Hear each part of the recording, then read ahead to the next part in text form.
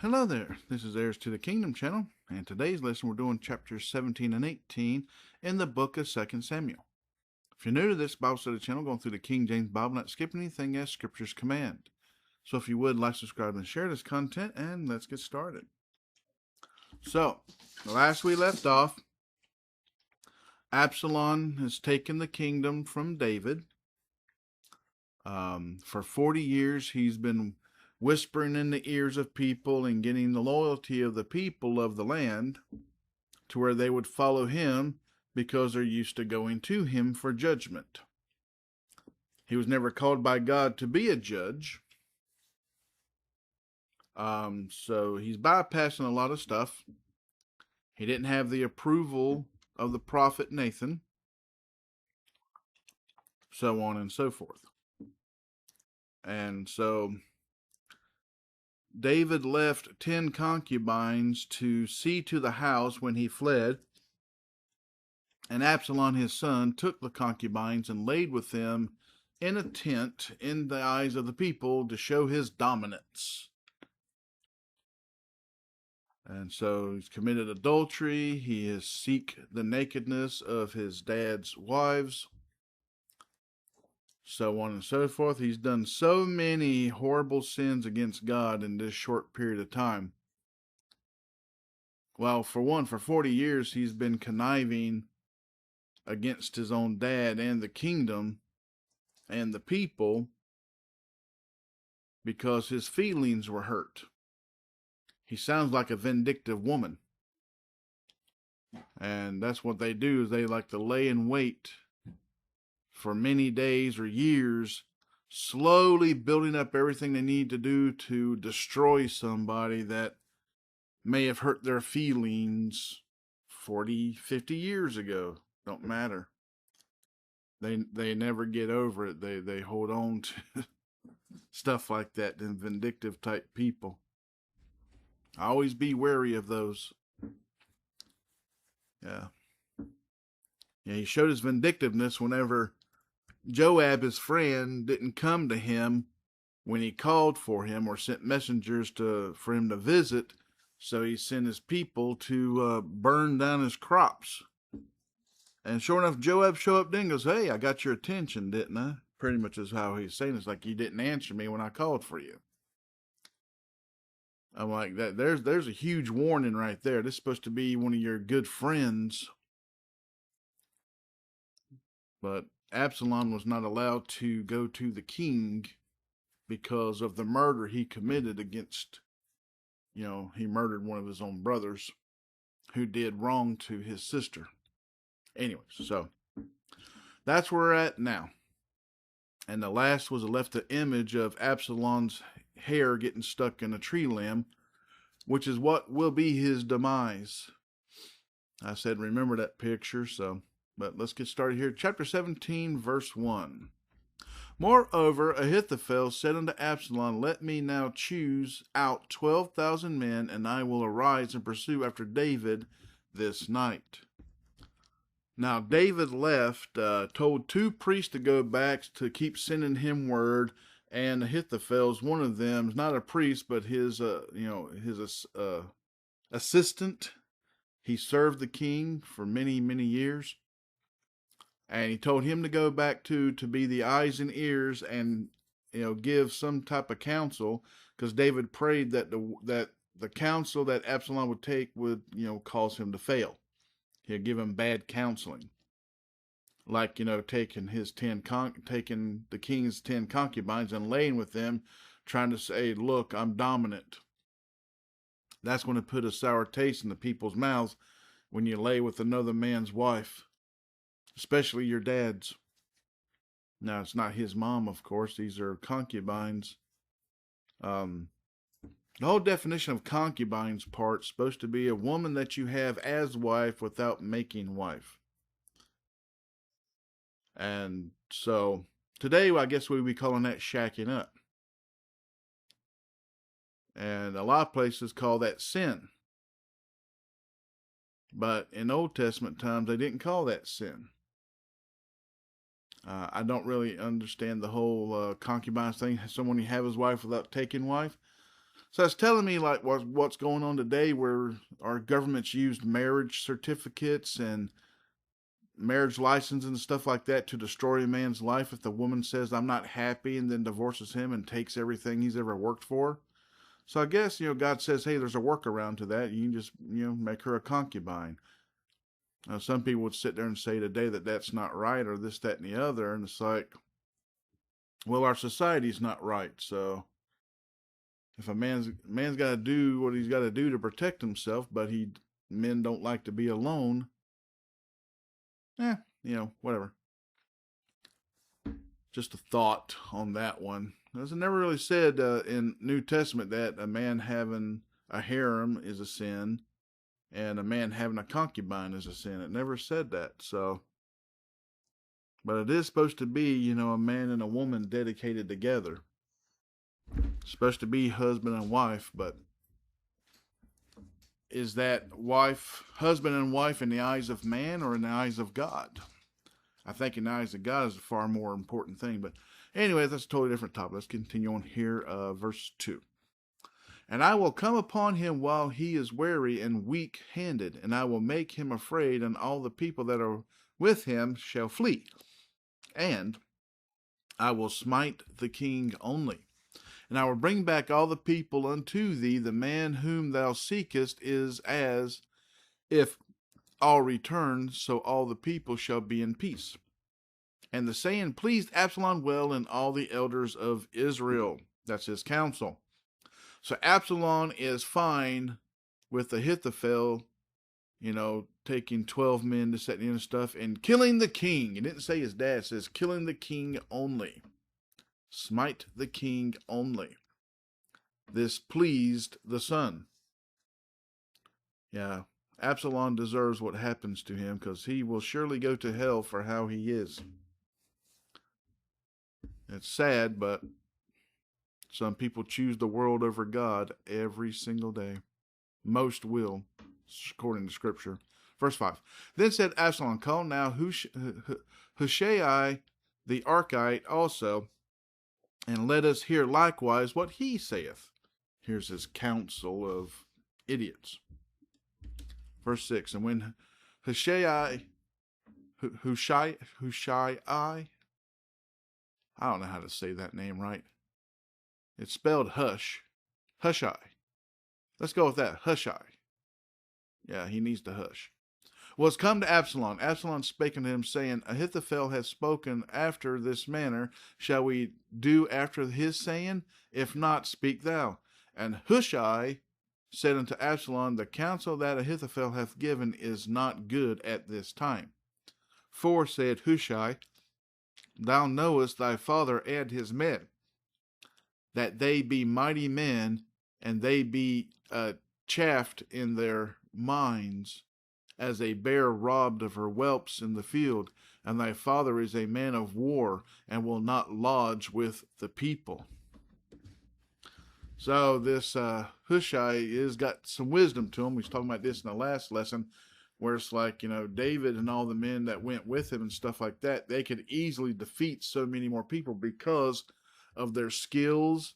God's with them. They're very valiant men of war, knowledge, tactics, many things. They can defeat many places just by themselves. He had no reason to flee his son, except for the simple fact is he didn't want to war with his son. That's the only thing that makes sense in this. Let's continue on here. Verse 9. Behold, he is hidden now in some pit, or in some other place. And it will come to pass, when some of them be overthrown at the first, that whosoever heareth it will say, there is a slaughter among the people that follow Absalom. And he also that is valiant, whose heart is as the heart of a lion, shall utterly melt. For all Israel knoweth that thy father is a mighty man, and they which be with him are valiant men. Therefore I counsel that all Israel be generally gathered unto thee from Dan even to Beersheba, as the sand that is by the sea for multitude, and that thou go to battle in thine own person. So shall we come upon him in some place where he shall be found, and we will light upon him as the dew falleth on the ground. And of him and of all the men that are with him, there shall not be left so much as one. Moreover, if he be gotten into a city, then shall all Israel bring ropes to that city, and we will draw it into the river until there be not one small stone found there. And Absalom and all the men of Israel said, the counsel of Hushai the Archite is better than the counsel of Ahithophel. For the Lord had appointed to defeat the good counsel of Ahithophel, to the intent that the Lord might bring evil upon Absalom. Then said Hushai unto Zadok and to Abiathar the priest, thus and thus did Ahithophel counsel Absalom and the elders of Israel, and thus have I counseled. Now therefore send quickly and tell David, saying, lodge not this night in the plains of the wilderness, but speedily pass over, lest the king be swallowed up and all the people that are with him. Now Jonathan and Ahimaaz stayed by Enrogel, for they might not be seen to come into the city, and they went and told them, and they went and told David. Okay, so maybe I got that wrong on the names. I know David left, because here he's telling the priest to send word to David. Hushai did. So I was making fun of Hushai, but maybe Hushai is the one that was supposed to stay back, and the other one, Ahithophel guy, is the one that is speaking the unwise stuff. I get horrible. I get mixed up with these names, so if I got the names wrong, sorry. But anyway, so he's got bad counsel, and there's people there that David's left to kind of be his spies and to give him information and everything else to let him know what's going on, so he can stay, a few steps ahead of his son. Nonetheless, I'll get these names right and who's who after a while, but there's just so many weird ones. Verse 18. Nevertheless, a lad saw them and told Absalom, but they went both of them away quickly, and came to a man's house in Bahurim, which had a well in his court, whither they went down. And the woman took and spread a covering over the well's mouth, and spread ground corn thereon, and the thing was not known. And when Absalom's servants came to the woman to the house, they said, where is Ahimaaz and Jonathan? And the woman said unto them, they be gone over the brook of water.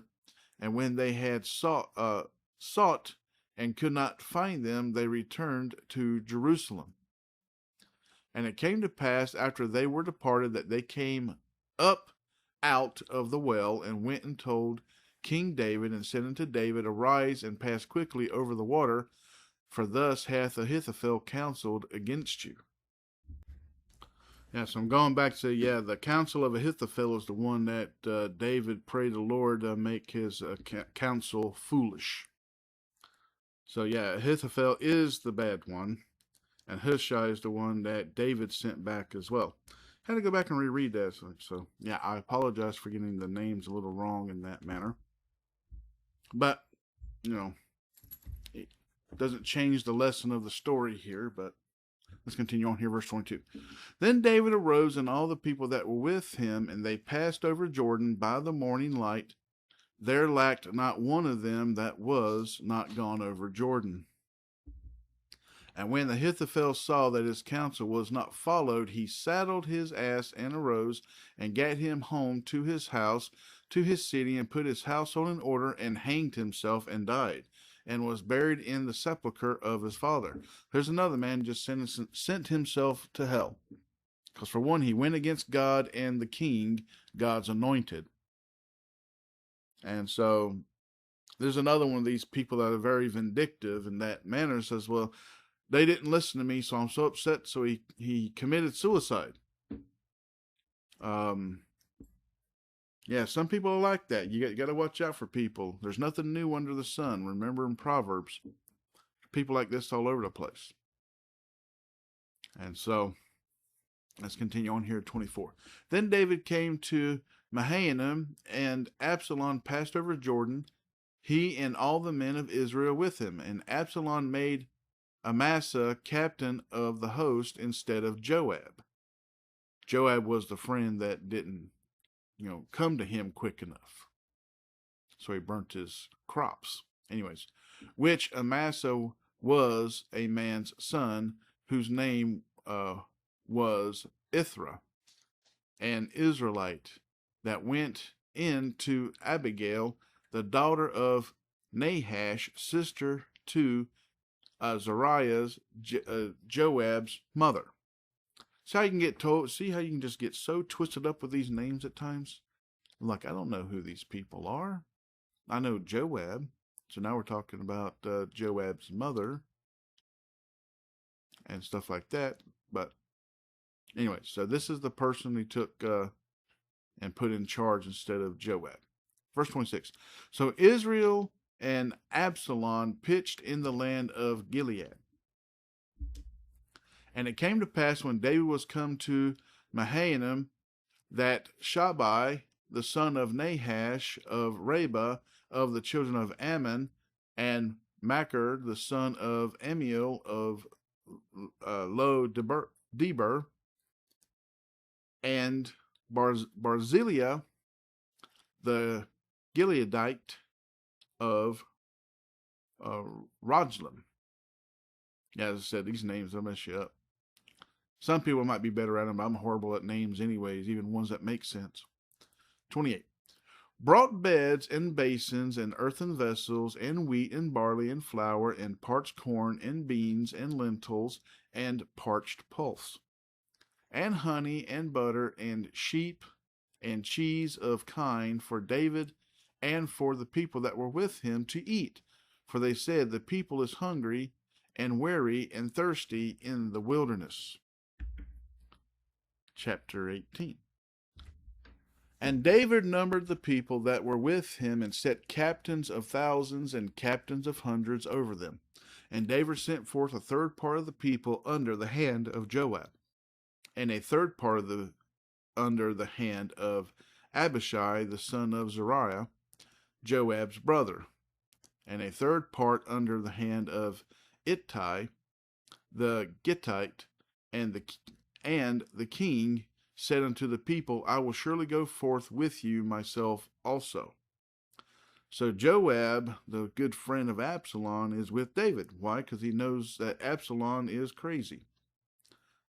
He's going against the king and against God. And it shows, doesn't matter how good a person is as a friend of yours, this, that, and the other, that you grew up with for many years. If they start going down a path that you can't follow because it's worldly instead of godly, then you have to say goodbye to that friend and say, sorry, I got to go this way. You're more than welcome to join me, but I'm not going down crazy lane there. I want to be on the path of righteousness. Absalom chose crazy lane. Let's continue on here. Verse 2. But the people answered, Thou shalt not go forth, for if we flee away, they will not care for us. Neither if half of us die, will they care for us. But now thou art worth 10,000 of us. Therefore now it is better that thou secure us out of the city. And the king said unto them, What seemeth you best, I will do. And the king stood by the gate side, and all the people came out by hundreds and by thousands. And the king commanded Joab and Abishai and Ittai, saying, Deal gently for my sake with the young man, even with Absalom. And call the people, and all the people heard when the king gave all the captains charge concerning Absalom. Like I said, he did not want to fight his son, so he fled. But now his son's pursuing him, and it ain't just him and a couple hundred people by themselves. He's got thousands of people with him. They can't just all just flee and run and this, that, and the other. And a lot of them's his wives and his other children and stuff like that, and sons. You know, could you think Absalom's going to leave any other heir alive? No, he would kill them all. Absalom's on crazy trails here. Let's use Ozzy Osbourne's Crazy Train. He's on the crazy train. You know, kind of same thing that happened to Saul. Satan's been trying very hard to make King David ineffective. The only thing Satan has done is proven how good God is and how powerful God is, but keeps bringing and, you know, entering the hearts of other people and bringing them against God's anointed. But let's continue on here, verse 6. So the people went out into the field against Israel, and the battle was in the wood of Ephraim, where the people of Israel were slain before the servants of David. And there was a great slaughter that day of 20,000 men. For the battle was there scattered over the face of all the country, and the wood devoured more people that day than the sword devoured. And Absalom met the servants of David, and Absalom rode upon a mule. And the mule went under the thick boughs of a great oak, and his head caught hold of the oak, and he was taken up between the heaven and the earth, and the mule that was under him went away. So when it says between the heaven and the earth, that means that he was hanging. He wasn't touching the ground, and, you know, he wasn't going up to heaven. He's just in the middle, just dangling there.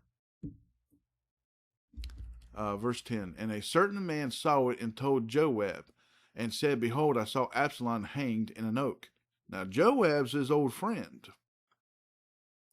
But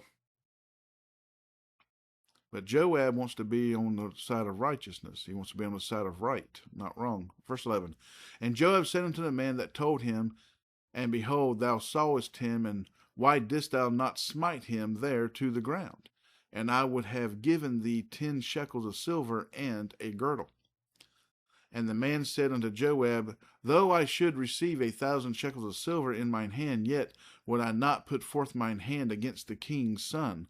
For in our hearing the king charged thee and Abishai and Ittai, saying, beware that none touch the young man Absalom. Here's another loyal servant.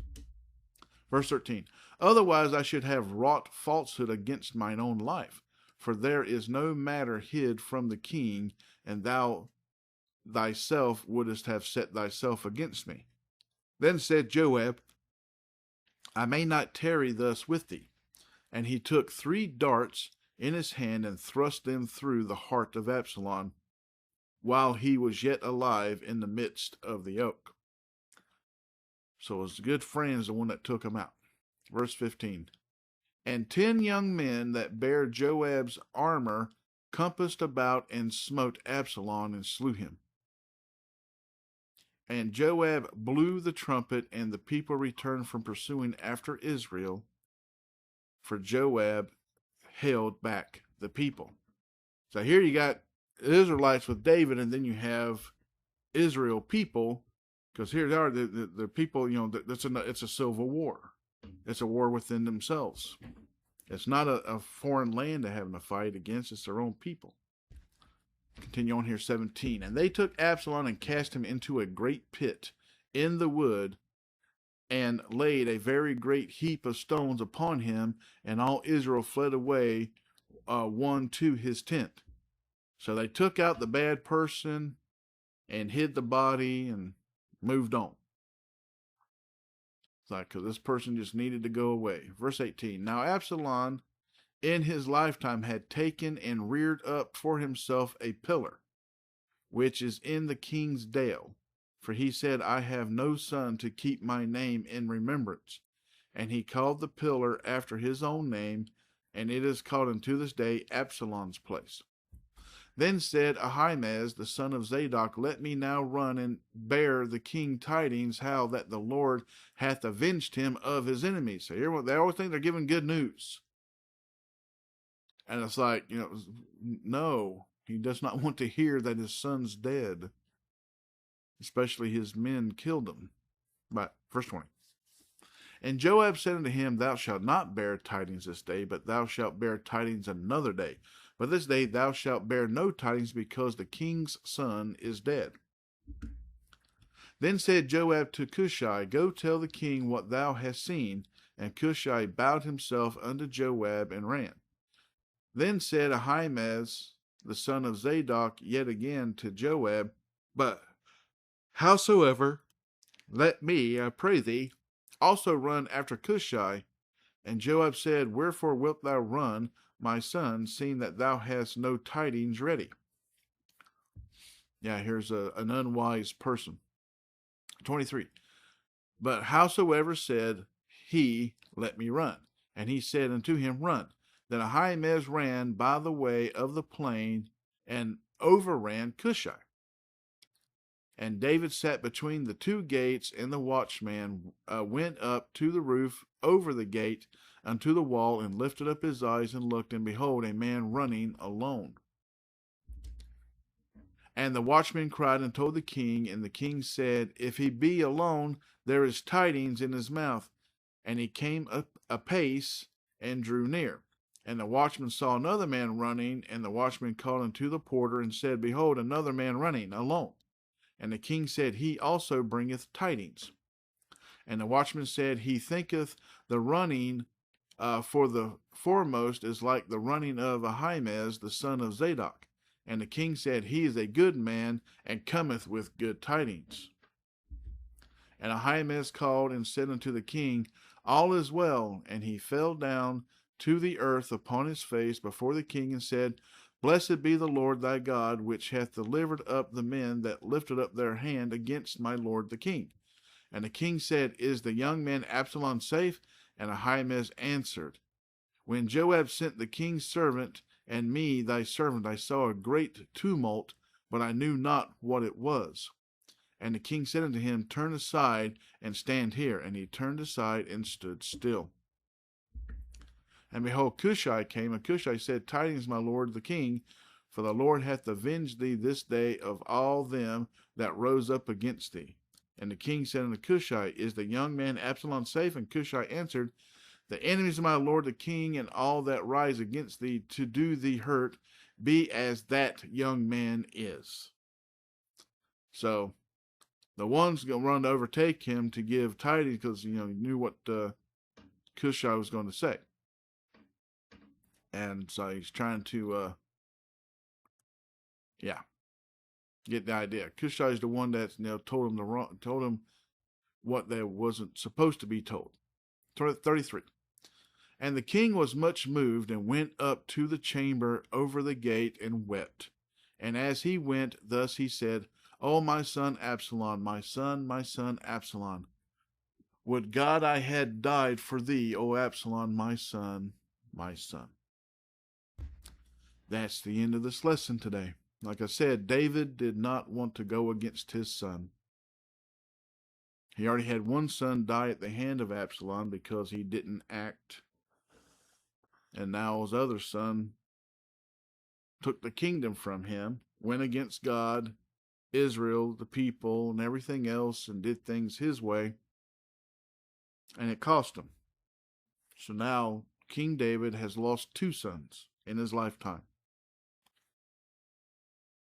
And he did not want that. He would have rather died himself. And we got a lot of people that go through this today. They got the youth being raised up to be evil, and it's costing them their life because they're doing wickedness, and people are defending themselves.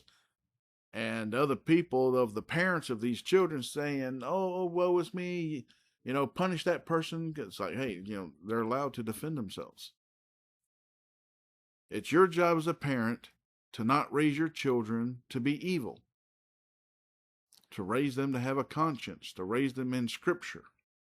These are things we're supposed to pray about. Always pray. So it would help end a lot if we would, parents today would just try to raise their children right, Don't give them electronics. Don't give them cell phones. Don't give them internet access or computers or tablets or anything else or laptops or video games. Nothing at all when they're children. I'm sorry. They should be, shouldn't have access to any of that stuff until they're old enough to pay for it themselves. Too many young people getting on social media and stuff and getting brainwashed because they don't have critical thinking yet. They don't have common sense thinking yet. They should do this when they get older. Learn to play outside. Learn to be creative with your hands or this, that, and the other. Like I said, there's always something to pray about. The lost, the found, yourself, others, all people, all nations, everywhere, everything. And don't forget to give God all the praise, glory, and worship and thanks in everything, the good, the bad, the ugly, and the indifferent. David had a lot of kids, a lot of wives and concubines. He failed them for not being able to be there to raise each and every single one of them individually in a proper way. They were his sons. They knew of their dad. They knew of God. They knew of the high priest. They knew what, obeying their conscience meant. But there's a big difference between knowing right from wrong and this, that, and the other, and having a strong father-son relationship. It's a world of difference there. That's why in our societies today, they're trying to get the men, the dads, out of the lives of the children so that they don't have a father figure to look up to. And sometimes the dad will be there in the household and still will be absent from his own children because he's too busy chasing other things, instead of, being a dad that he should be. Like I said, there's always something to pray about. I'm going to go ahead and end this lesson here today. So, until next time, God bless, good day, and goodbye.